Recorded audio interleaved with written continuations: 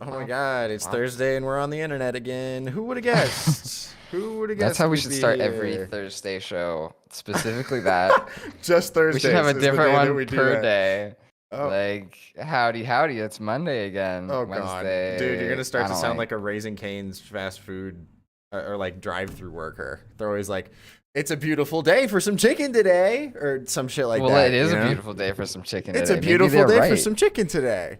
What up, Mo? What up, Tutu? Oh, good. Glad to see y'all. Howdy. Howdy. Now, I will say, Tutu, you've been trying to be first in the chat for a hot minute, but yesterday you were first in the chat, but you didn't say first. You missed your opportunity. I don't Yeah, understand. You fumbled the that's bag, just like, man. we're all really embarrassed on your We behalf. are. It was really unfortunate because I know how hard you've been trying. Um, anyway, Mm. what's up? We're gonna be What's going into the happening? nitty gritty today of some of our biggest failures at Review so far in our 2.5 years that we've been around.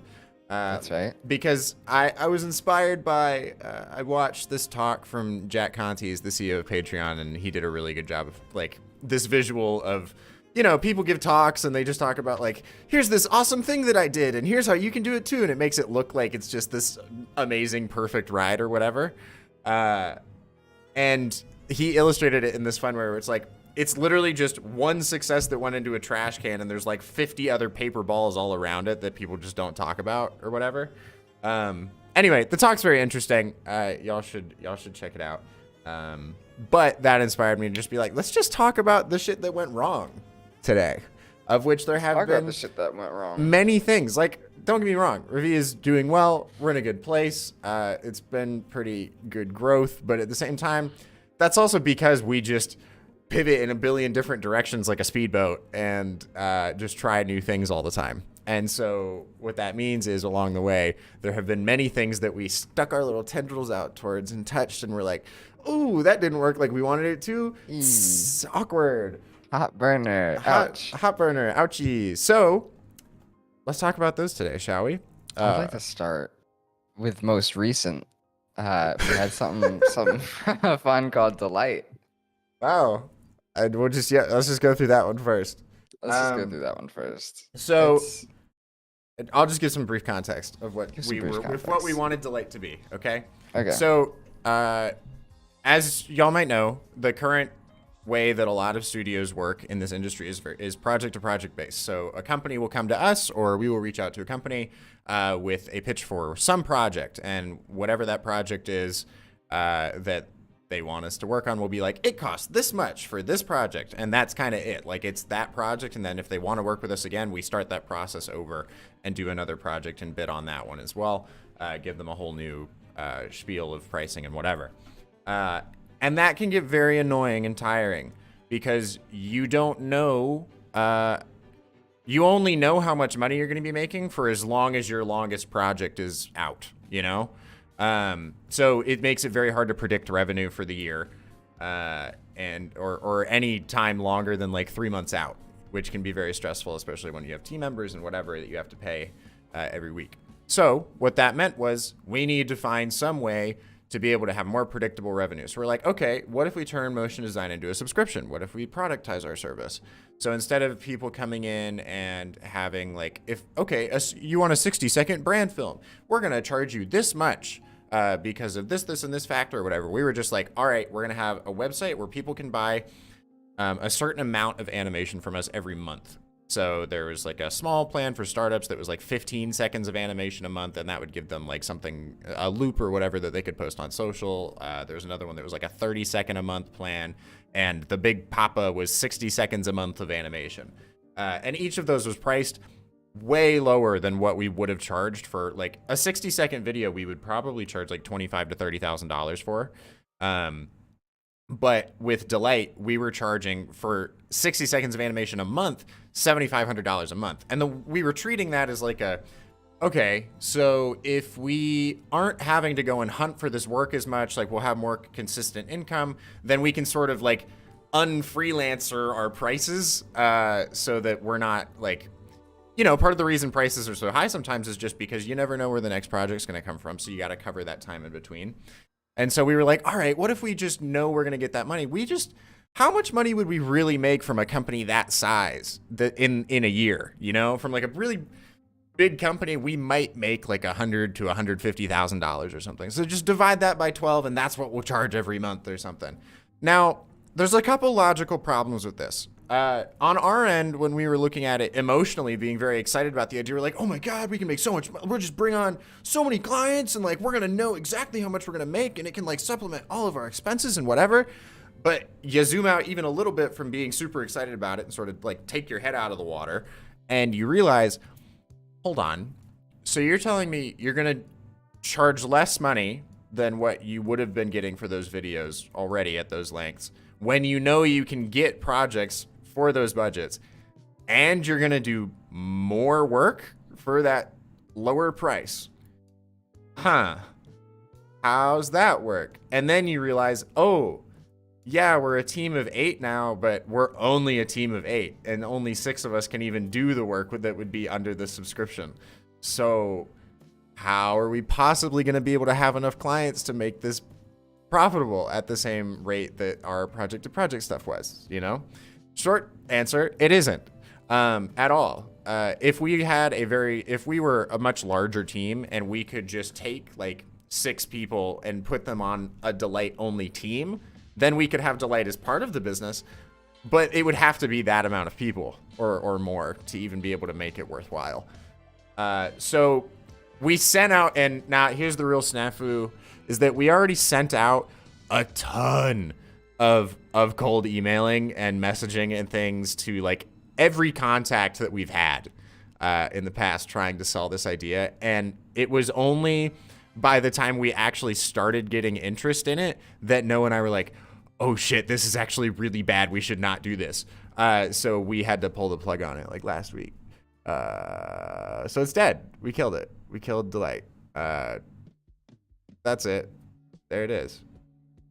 I think that kind of model is a very interesting thing to do with a creative company, and is something that would require a lot of R&D and maybe like a full focus, you know what I mean? And with our model of also focusing on content and already being very client-based and having lots of these expenses already, it doesn't make sense for us to try and go down that road. It's kind of stretching us in too many directions and thinning out our ability to work on the things that actually matter, which is client relationships and content. It would have to be something that we could hire a team for, like independent from the other operations, and we just don't have those capabilities. So yeah, there's that. So it doesn't make sense for us, at least right now. Nope. Still very well could have something like that in the future, but it just does not make any sense at the moment. You know, it's all about that fast, quick-footed pivoting. You know what I mean? Like, you got to be able to see, like, oh, this is not worth our time. This is not working. But, you know, because we did what we did. Wink, wink, nudge, nudge. Now we're done. I know some people that absolutely would not have pivoted, and instead would have just kept running it until it ran the company dry. Because of just like commitment to the idea and you have to see it through, where it's like, no, you can just smell when it's not working out. It's okay to just say that, no, we're not doing that anymore. Then that's fine. Yeah. Anyway, so that's the most recent one. Do you have another one that you want to pull out of the bag of tricks? I feel like I went through most of that one. So if you want to pick one you feel spicy about. It can be kind of difficult to know if you should stop doing something, like, because you don't want to stop doing something because it's too hard. Like, that's not necessarily a great idea. Right. But you want to stop doing something because maybe you don't believe in it, or maybe you don't actually see it being, like, maybe it's draining as well. If it feels really draining, and I think there's a difference between too draining and too hard. If it feels too draining and you no longer believe in it, then it's probably not something you should continue doing. Yep. But not necessarily if it's too hard. Just find a way to make it easier and more exciting for yourself if you really believe in something. That's my little advice there. But yeah, I have some spicy stuff. I want to talk about client communication. Guys. How do you talk to clients, dude? I just talk to the sit clients. there and quake in my boots.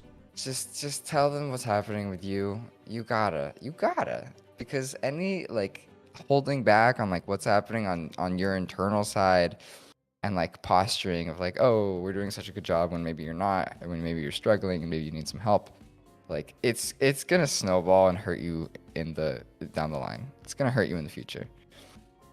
And we made this mistake plenty of times, and sometimes it can still be difficult. Dozens. Dozens and dozens and dozens, especially with like timeline. Like sometimes we'll give ourselves, or we would give ourselves too tight of timelines and then put ourselves in little boxes essentially to like scramble to have something for the next meeting.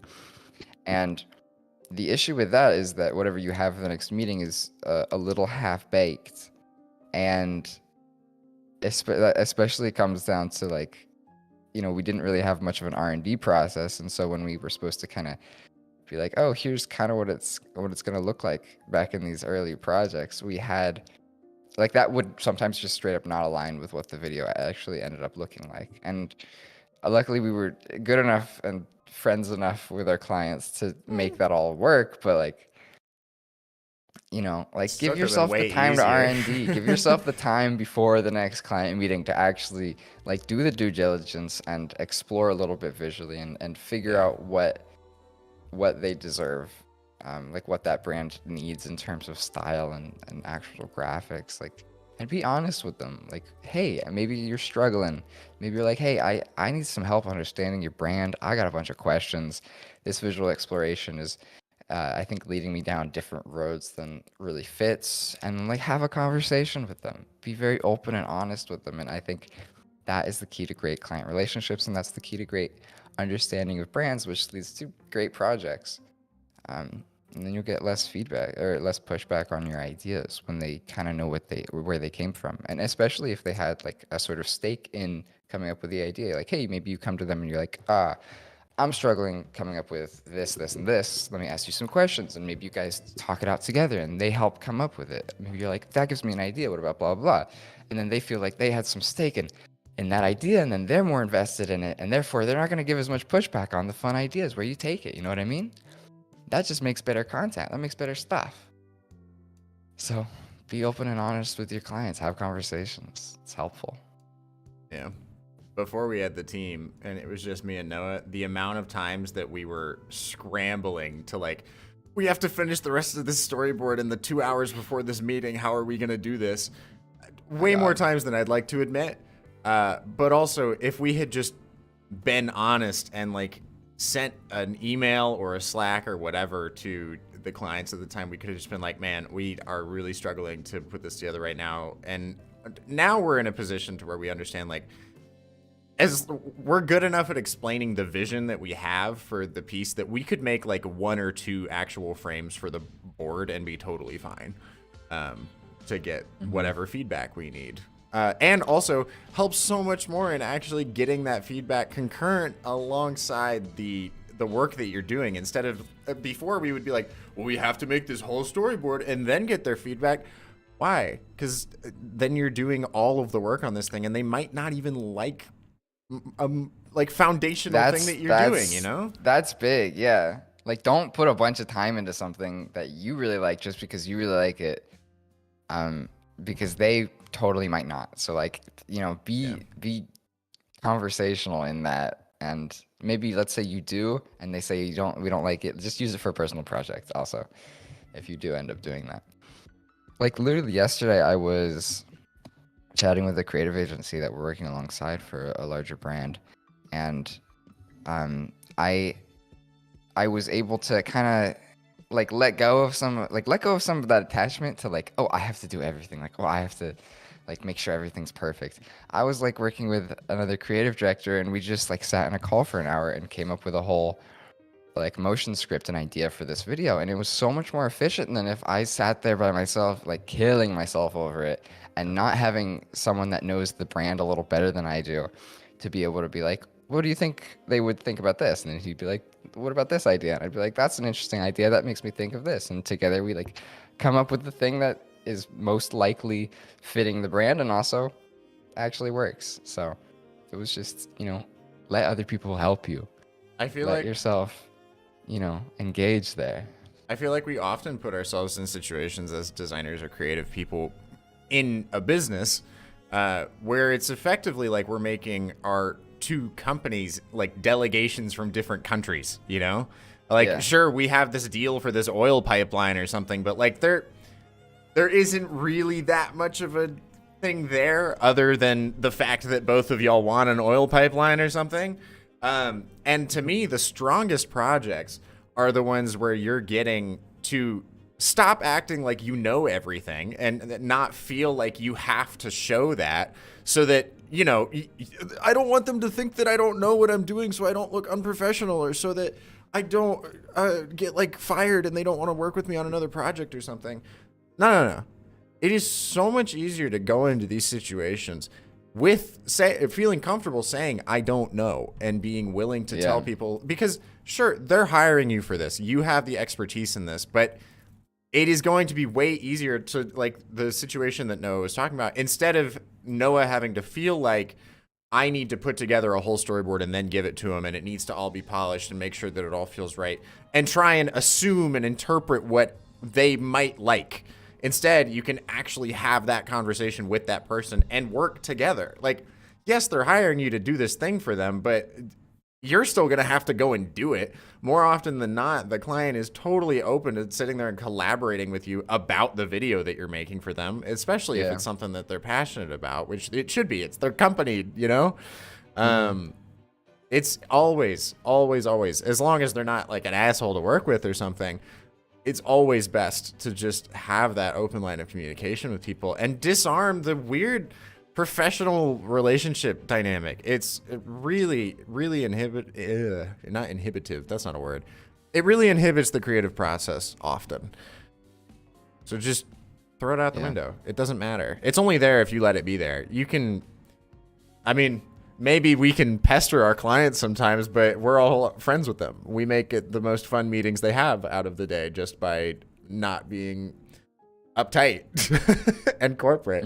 So, you know, just being yourself and being there and willing to talk with people as recognizing this is another person and not just Mr. Moneybags, please, you're my next 3 months of income. Like, change that mindset a little bit, and it just helps ease the whole process. What do you think about client expectations generally? Like, what do you think the client actually expects the creative company to do? You know what I mean?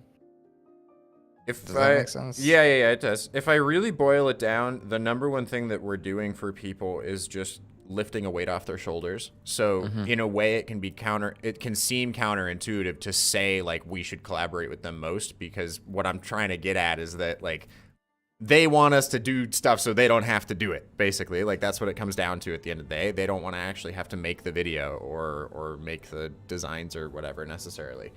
But truly, I think like in tandem with that, they want a collaborator. Like that's what that is. It's still at some point in the process, they're going to have to give direction or something like that. So I don't think there's no expectation of that. And so I think there's a way that you can sort of ease them into like, we're not trying to have you handhold us by any means. That's not what it is. But there's a way to actually have these two people or two delegations come together and actually collaborate as a team rather than just like, hey, it's, boss man upstairs says that you got to do this instead of that. All right, cool. See ya. And then you just go back to your computer and start working on stuff, you know? Instead, it can be whiteboard zone, where you're all sitting there and you're like, okay, but wait, I have this idea. Oh, okay, well, I can add on to it with this, because you should be able to use your client as the expert of the company, because who else is going to know it best? You're certainly not going to know their company better than they're going to know it. They're living it every day. There's something to be said about having like that outside perspective of not living it every day, because you don't have those blinders on. But in terms of the actual like meat of the business, they're going to know it way better than you are all the time. Also, just side note, like, guys, this ain't that deep. We get to make pretty pictures for a living. You know, you go into most meetings or conversations with that, and it can become way more fun and more collaborative anyway, because it's just like, at the end of the day, we're not doing your taxes. We're not out here trying to develop a whole new arm of your business. We're not your hiring manager or any of those sorts of things. we're just here to like help you sell some shit and make cool visuals and touch people's emotions and whatever, you know? It's entertainment. Exactly. It's fun. Exactly. And if it's not, you might want to change how you're doing it.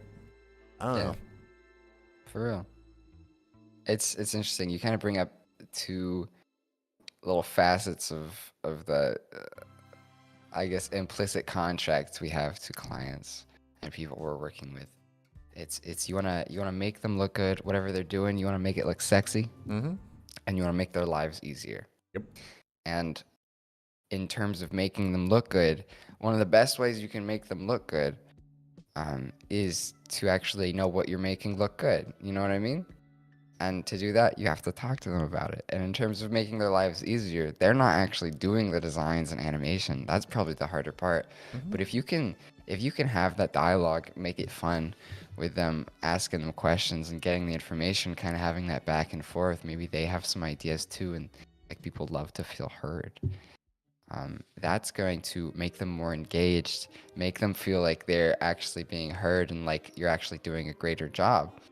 And it's going to make their lives easier by like taking some of the stress of like, oh, geez, I don't know if we're making the right decision by trusting them with all this money and this responsibility with like our brand, you know what I mean? Our brand representation. But if you make them feel comfortable, like they're working with someone who may not know everything, but is certainly willing to put in the work to find out everything and make them feel comfortable and do right by them.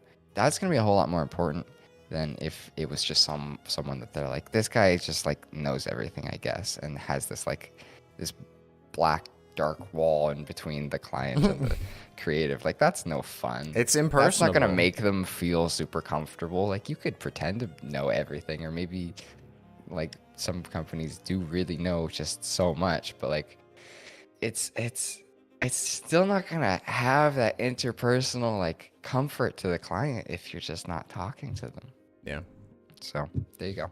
Also gives you so Make many them more look good, make their lives opportunities easier. to solidify that relationship with that client and get more long-term work. Because I mean, think about how many times we've been on a call with blank red client, and with energy client, or Keller, since I can say that one.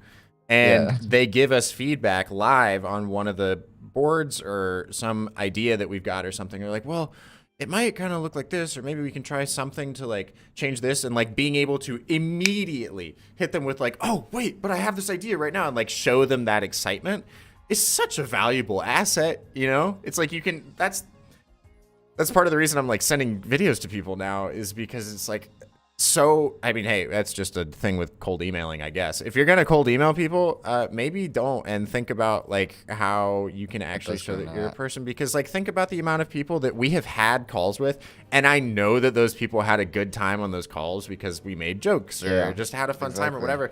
But when they get just an email from me, it could just be from anybody, you know? They forget that like personal thing that happened there, which I think is what we miss, especially by being a remote company and not having many in-person meetings. But if I send a video now, then it like immediately takes them back to like, oh, I remember. Okay, I got it. And it like, you get a little boost on their like whether I like you or not meter, I feel like, by doing that little like Stardew Valley heart meter thing. Yeah. Now, and like just to say, going off of what you said real quick, like, we're all people. Just be a person. Just be nice to hang out with and talk to. Don't hide behind a weird wall of bureaucracy and business and pretending to know everything. Like, just be a person, man. Which, hey, if you're you should be watching the show. Motion designers just posting your work on Instagram or social or whatever, that's great. But if you're not injecting like that personality into like just being you as a person and showing what you're interested in with it by like, I don't know why I don't see people doing this. Having the work that the animation that you've made or whatever, and you've got your little breakdown with here's my gift gun with nulls and shit on it. Woo, yay. Why don't you have a little like thing that you can swipe to that then has a little short that is talking about like what actually got you excited about that? You know? Why is nobody doing that? It's all this like everybody feels, or it feels like 95% of this industry has this wall in front of them. Like that black wall you were talking about between us and the client is the same thing with like how a lot of clients will probably perceive designers on social. Like if you're working only with agencies and finding it super hard to go direct to client and those sorts of things, it's probably because those people don't inherently know the value of what you're doing. And so if you're not showing them the excitement that you have behind it or whatever, they don't have anything to latch onto other than, well, I thought that was pretty cool. That's nice. It's just, I don't know. It just kind of, it's disappointing to see that more people don't, they like try really hard to brand themselves by having like the best logo or whatever, or I have the coolest style, rather than just like the easiest way to make yourself unique is just by being yourself as a person, because that's the inherent property of being someone, is that you are unique as a person. You have your own traits and whatever. And it's, I don't know. It's, You're you. also, if you're I'm introverted. I do not talk about, I'm not a very social person outside of motion design. Like, you took me to a party, I would be quivering and shaking in my boots, okay? I don't think it's any excuse to not get on camera and talk about what you're passionate about. For me, that immediately disarms any of that bullshit of being like worried about how people are perceiving me or whatever, because I am so just like, this is what I want to do, man. Like this thing with me. Enjoy what I'm doing, you know? Like, this is why I'm getting excited about it. And I know there's plenty of people that have that, but there's these weird preconceived notions of like, well, I'm an introvert, so I shouldn't get on camera because there's this certain way I have to act and blah, blah, blah. And it's like, no. Who else was going to do 7 to 8 hour long live streams of just animating sitting at their desk on Fridays and weekends? Me. Just me. Nobody else is going to do that shit, but that's just like an inherent me thing to do, you know? And that, it brings opportunity. I don't know. Just try it out. Try it out. I get so many questions about like just people, I feel like asking the wrong questions about how do I do this technical thing in After Effects to become a better motion designer or creative. And it's just like, when we talk about, like, for example, cold emailing might bring in like 5% of our sales or something in a given year, and 95% is just coming from social. Take that same sort of concept where it's like a really small percentage and a big percentage, whatever. I could put so much effort into like this one specific technical thing and trying to come up with like the best procedural way to do X, Y, and Z in After Effects, but it's going to have such a small impact compared to just being a person that people can relate with. It just, I don't know. It just, if you really want to separate yourself, that's the way to do it. Regardless of whatever preconceived notions you've got. And now we've got questions, and I'll stop super agree. ranting about that. But I never want to be, when I'm older, I'm not going to be that creative director that's all up on his high bullshit horse of like, design, look how amazing my stuff is. I'm not talking to anyone. It's so annoying. Crazy. I'm going to be wearing insane clothes, and I'm going to be going around being lovely and nice and funny to everybody I meet. That's how it's going to be. I'm not going to be those high tower people because they're just no fun, It's annoying, man. They're no G-dang fun. Like, you're really so focused still on this little technical thing after this long, you know? That's not what's actually going to move the needle, man. You're looking at you're focused on the wrong thing here. Because even for the clients, if they're working with you already, they are sold on the work that you're doing. Nobody's going to pay you money without feeling confident. Or if they do, then, I don't know, that person's kind of strange with their money. But it's not really about having to do like something completely new and unique in the design perspective. You're supposed to give a good experience and make people enjoy working with you.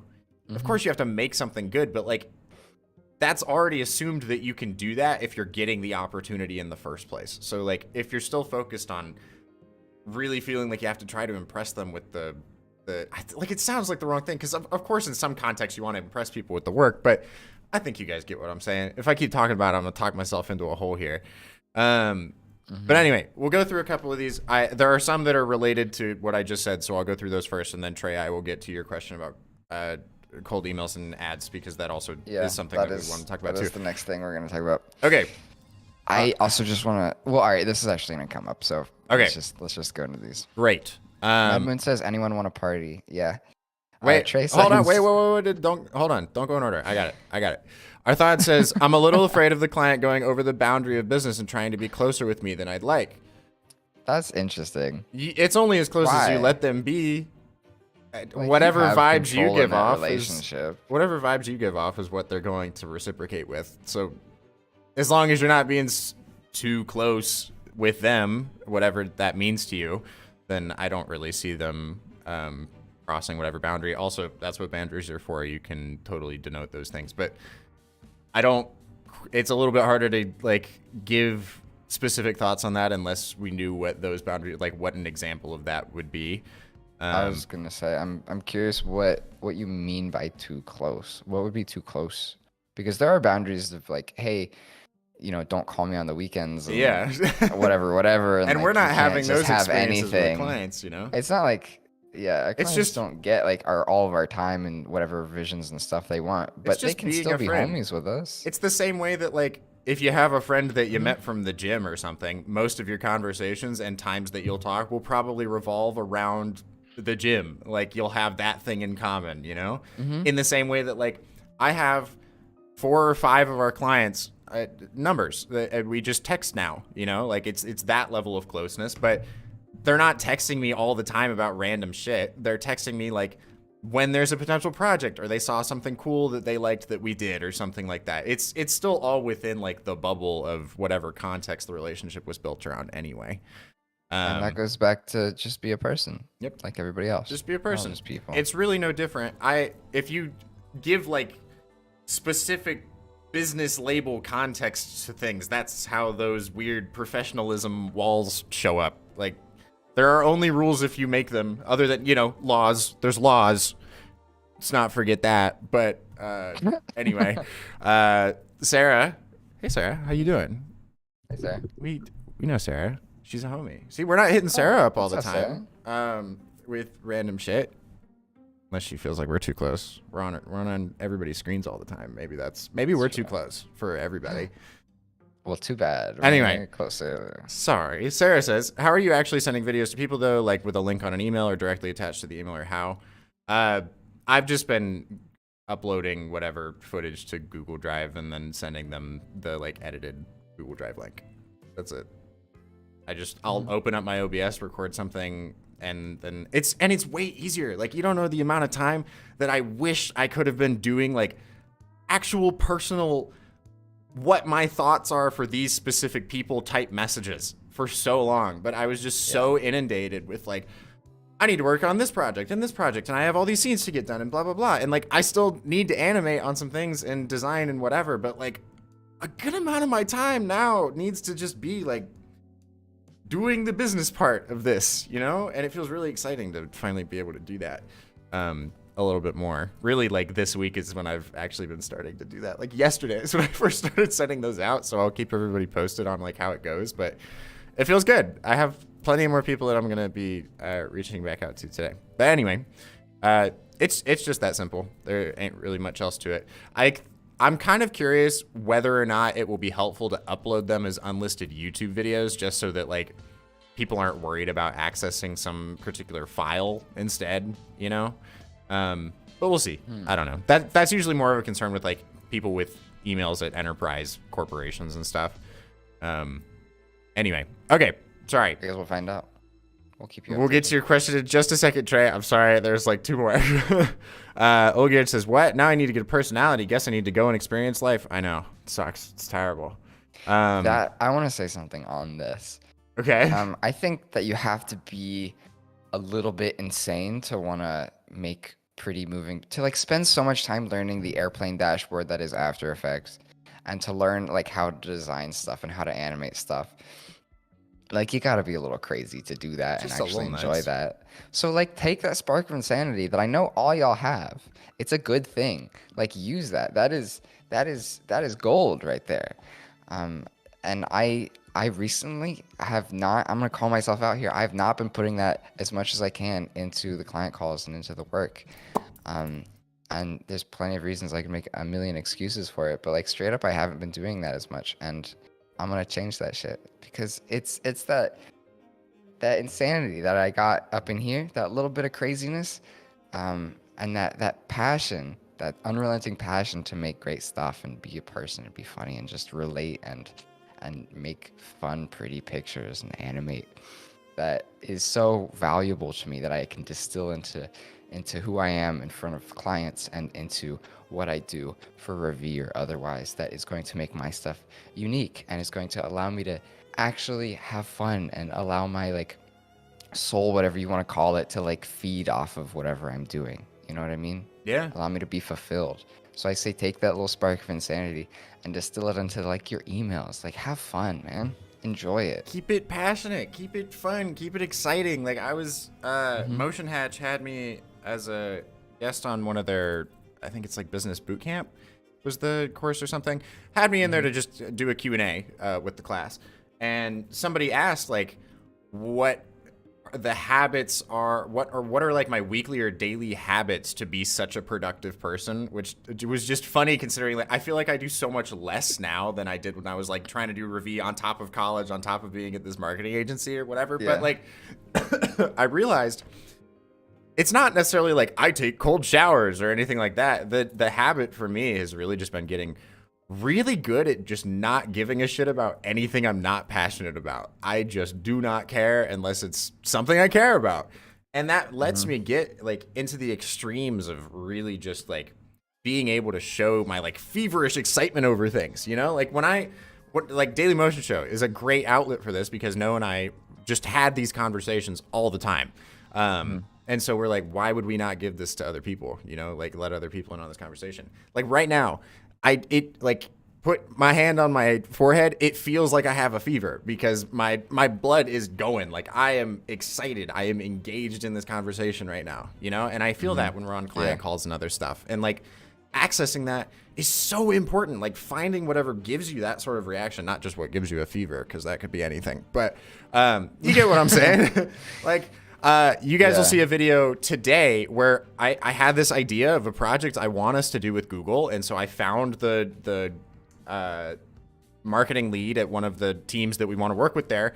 And I made this video like speaking super excitedly and like kind of feverishly about this idea because that's how it feels, you know? Like, and showing that excitement is like, this person cares this much about doing something with me, you know? Like that is such a powerful thing to have on your side.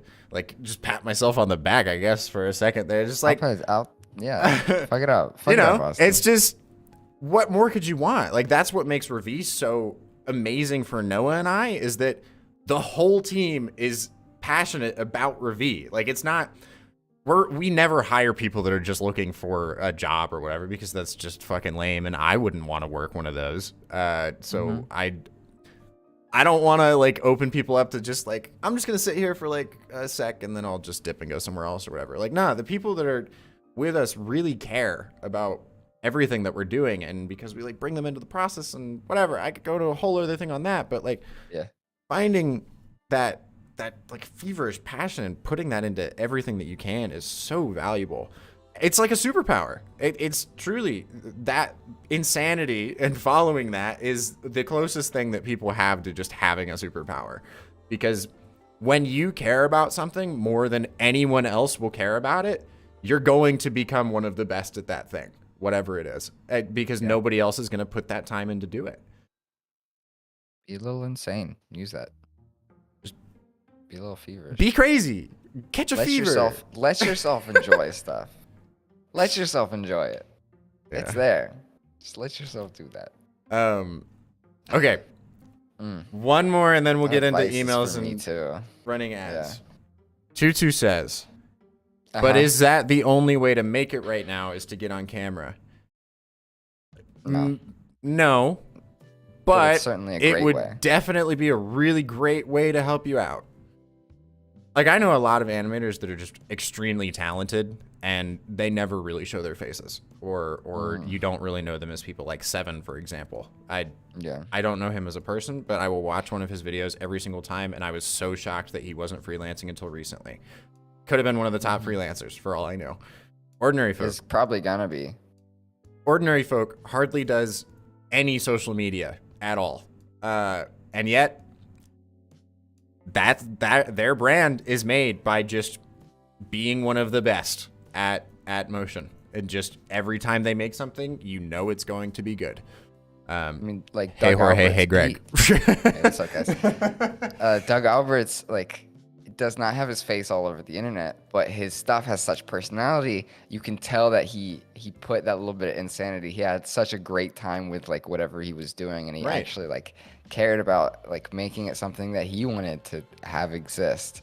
So like there's that, and I You will can say, tell these people care. That's what it comes down to. you really can. And I think a lot, most of the successful motion design in the agencies right now don't really do what we're doing. So what we're doing is certainly not the only way, because it's not what has been done. No.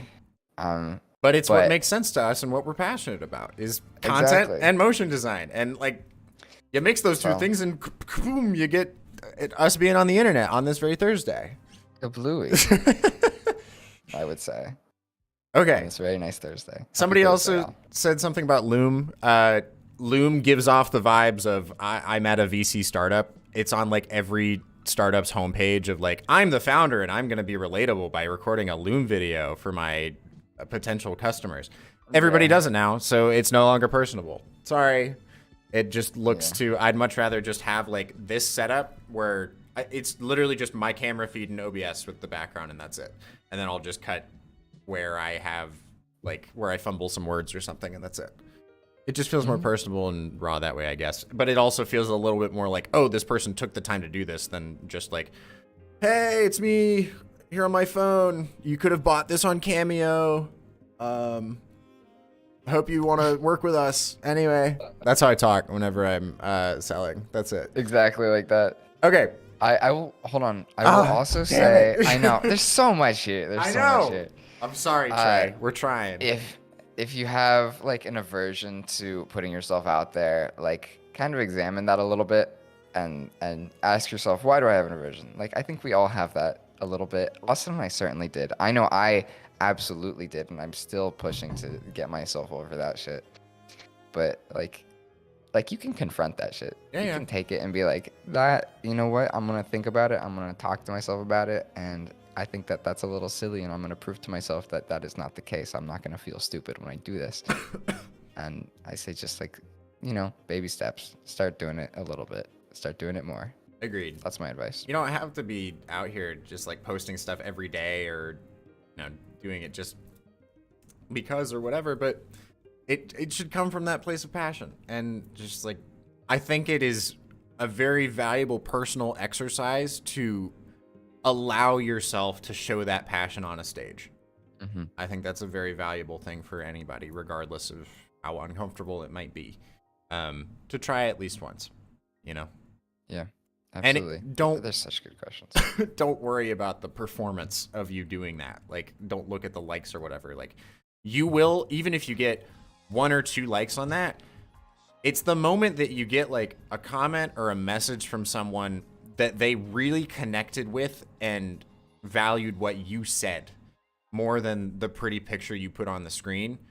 That's the moment where it's like it doesn't matter how well it's doing. Like, I mean, I say that being like, I'm a hypocrite in that we are looking at our metrics and stuff, but that's also because like the business and such, and it's normal for people to do that, but that connection is really there. Really matter. You know, that connection is there and it's extremely valuable, and building that's like my favorite way of networking now. I would so much rather do it that way than like, let's just connect with random people. And who knows if we like, it's like weird professionalism speed dating. It sucks. It's weird.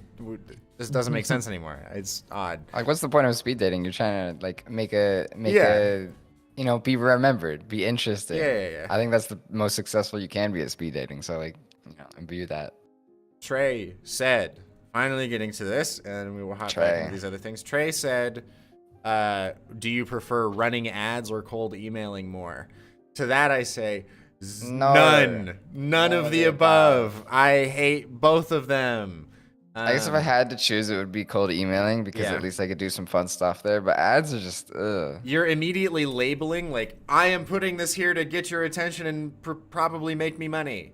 With that little, like, sponsored badge on an Instagram ad or something. It just, I don't know. Also, we to go back to the our biggest failures thing. It's like down here, isn't it? Somewhere down there is the title. We were going to start trying to run digital paid ads on Instagram and YouTube and Google for our clients a long time ago, because that's what I was trained to do at this internship that I was at, where like you're just to focus on the ROI and how much money is the video making for the client. And those sorts of things. And that's great, but then you also have Apple coming and being like, ooh, Facebook tracking, we're gonna sort of crack down on that. Okay, and then, the ads industry kind of tumbles digital ads wise. There's still ways you can do it, but to just like, I don't know, it just seems like such an inefficient thing sometimes. And while it is one of the only ways that you can try and directly influence, like I know that I can put, if I get this many views, I'll get this percentage of sales. I think that is a very valuable thing.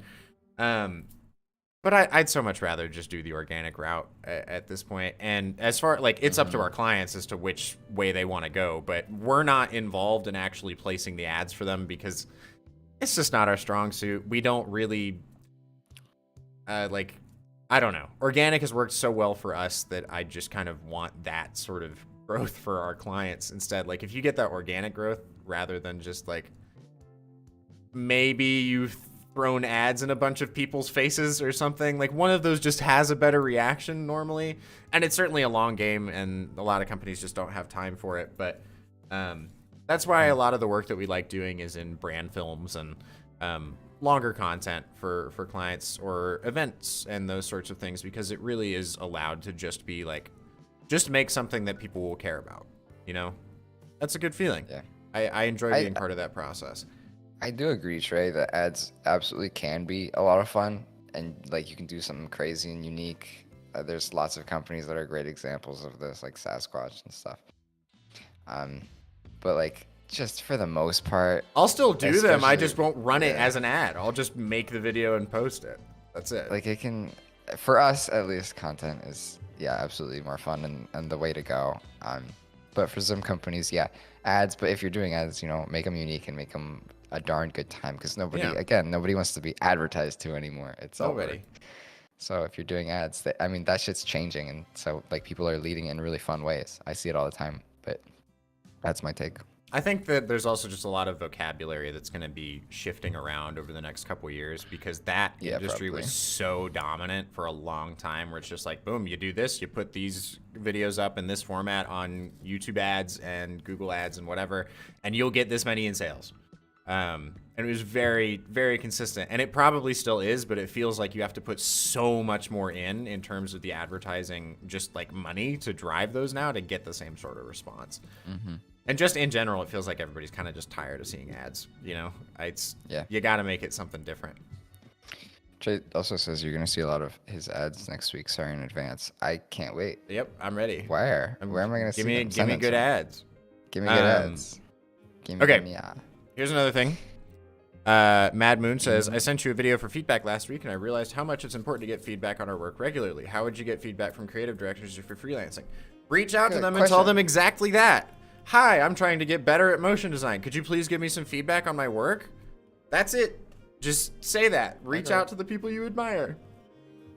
Ta-da! Mm-hmm. You could even just come from like a, hey, I wanna ask you some questions and learn from you. I really enjoy your work. And then at the end of that, be like, hey, this was fantastic. I really appreciate you sitting down. If you wouldn't mind, I'd love to show you a little piece of work and just get your thoughts on it. Like, What are they gonna say no to that? Yeah, right. Especially if it's on a call, it is so much easier. Like, I cannot tell you the amount of times I've had people send me work for feedback over like Instagram DMs or Reddit or LinkedIn or whatever, and I'm like, I used to be able to just type out responses to each of those and like take 20 minutes to type something out, but I just don't have that kind of time anymore. So now every single time straight up, I'll just be like, hey, if you submit it to the Daily Motion Show, I'll do it, because this is the only way I can actually have the time to give feedback, truly. Is whenever I get to sit here and just have this space. This time is allocated for that, But otherwise, I want to give actual good feedback, So having to sit there and type something out for like 30 minutes to get that across it's just really inefficient. So if you can get Speaking of people on a which- call or something, that's easier. And yes, speaking of which, It but is. also one more thing, One more thing. because Yay. chat's doing so well today. Y'all have some great banger questions Our today. thought says, you guys are so inspiring. Watching your stuff and listening to you makes me want to get into motion design, but when I actually try, it feels more like I'm forcing it. Doesn't really work out. Doesn't mean it's not for me. It probably means that you're necessarily. trying to do something else other than what you actually want to do. I'm not saying like, I agree with let that. me be more specific. Yeah. Those sorts of situations for me have always come from a time where I have seen something and then I'm like, I want to make something like that. And then when it's not like that, I get disappointed, you know? And so making sure that you try and put yourself in that state of play to where who gives a shit if it's good or not, as long as you're just enjoying your time and doing what you think is fun, that's how you're going to continue following that passion. I don't think it's immediately a signal that it's not for you. You just have to actually like really take a sec and hone in on what is actually driving me to want to do this right now, you know?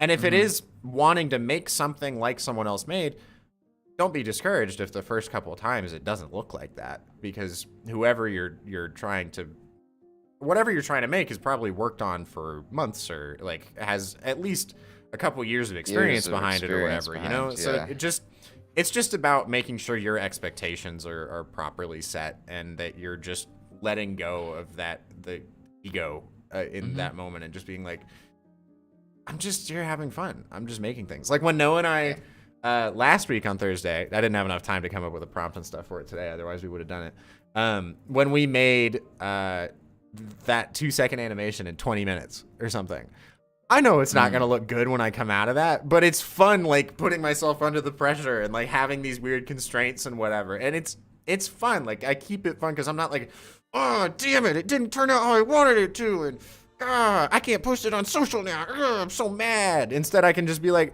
this is some goofy shit that I'm doing. Look, guys, isn't this fun? That's it. It's just a different lens, you know? Literally, Don't take it so seriously. The work that I love the most, and usually the work that other people also enjoy the most coming from me, is the work that I had the most fun with. And is like the second that I'm like, I get so frustrated at like, this is not coming out the way I want to, like, fuck it, I'm just gonna like let go of those expectations. And I'm like, damn it, I'm gonna just do what I wanna do. Yep. And I start doing that, immediately it fits way better and it is way better. And it just, I have passion and I'm able to keep doing it. And it's just so much easier. Like literally I was working on this little personal loop last night and I was like, man, I don't know what to do for this. Maybe this. And it felt like I was forcing it a little bit. And I was like, I don't know. And I was like, this kind of looks like a banana. And then I went down that road and now I have a really great concept I'm excited to work on about like a little loop about bananas. That'll come out maybe this weekend or something. And it's like, yeah, no, this makes sense and it's silly and I like it. And so it's gonna immediately, that idea is gonna make a better product than what I was forcing or what I was trying to like come up with before. It just is. I don't know. It's how it works. I agree. I took the same mindset with the ringtone things. I still need to make another one, but yeah. I could have been so worried about like, oh, if I do shapes, everybody's gonna be like, oh, Austin's doing shapes again. But I was just like, no, fuck it. I don't care. I like doing shapes, so I'm just what I'm gonna do. Doing shapes. Damn it. And it fits with this. So I'm just gonna have fun and not really care. I didn't even storyboard it really. I mean, kind of. Yeah. But it was very loose and just kind of like off the cuff, you know? My most successful little loop on Instagram, I barely storyboarded it. I was just like, all right, what do I need? And I made it in Illustrator and immediately put it in After Effects. Like frame. You just go. Scene to scene. I was like, all right, what's the next scene? Animate it and then be like, okay, what's the next scene? That's what I did. I'm gonna do that with this one too. That's still one of my favorite ones I ever did. That's fun, man. Just get into a state of play. All right, we are very close to out of time. It's fine because we only have one thing to crit today, and then I only have one rec, and I'm sure you probably have one as well. So don't even worry. Right. We might go like 5 minutes over. It's all right. All right. Who's ready to get boom roasted? Jacob Sullivan's ready to get boom roasted. That's who. Oh, Jacob Sullivan. Are you ready to get boom roasted? Yeah, you are. It is his first ever demo reel. And it's 22 seconds. My hopes are high in terms of the structure of this reel. Here we go.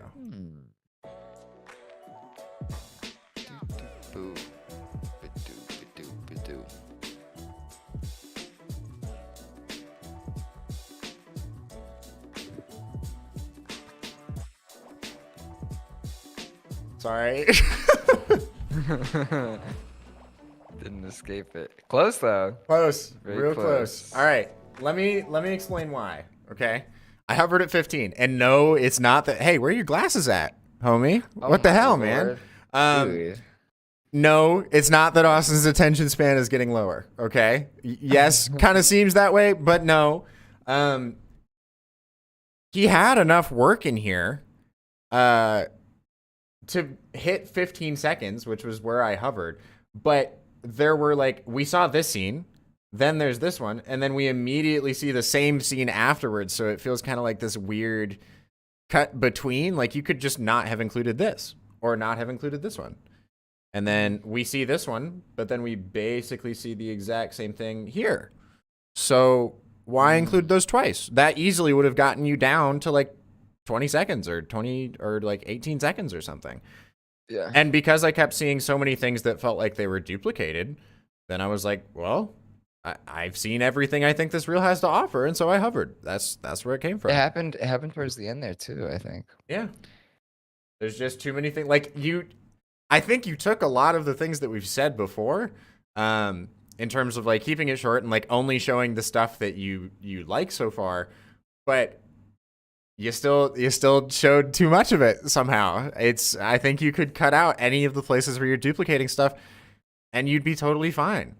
You can show like different scenes from the same project in different places in the reel, but don't make them feel like the exact same scene. You know what I mean? Yeah. Like when it cut back to that, it's clear that that is basically just the same scene a little bit later. Like Give it some variety in that. the way this looks edited to me is that you laid all of your footage out over top of each other, and then you were like, okay, I should have a different scene here. So you cut, but then you left that layer underneath, like still extended. So it was just like you kind of blocked out a little bit of it, and then it was still just playing the same animation over again, you know? Right.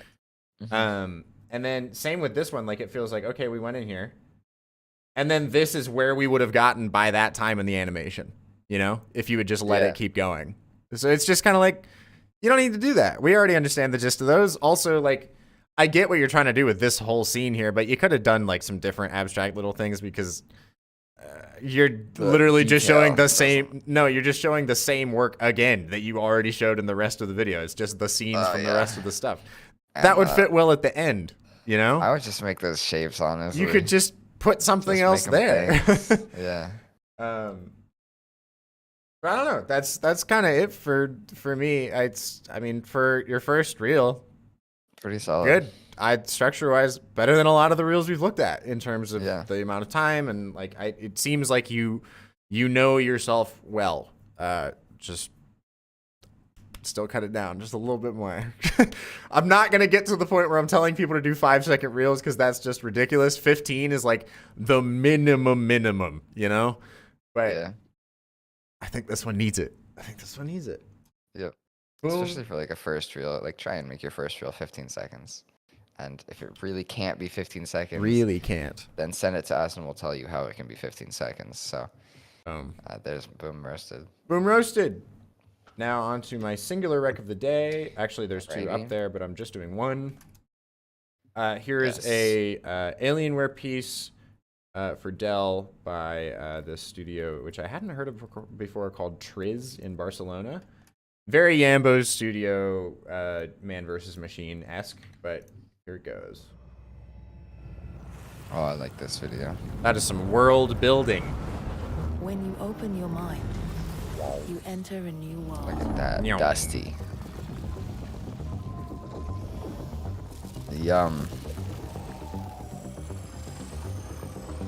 Love those effects. There was That's one really cool. shot in this video World where you that got it delete to be a wreck for everything me. You've seen before, I mean, that one's pretty cool too, but That one's very it's, where you shift your perspective. it's like zooms out and does something like a fun pun. It's time Here. to escape. I love that. I Yeah. love that. That's so good. I knew you would. I love that.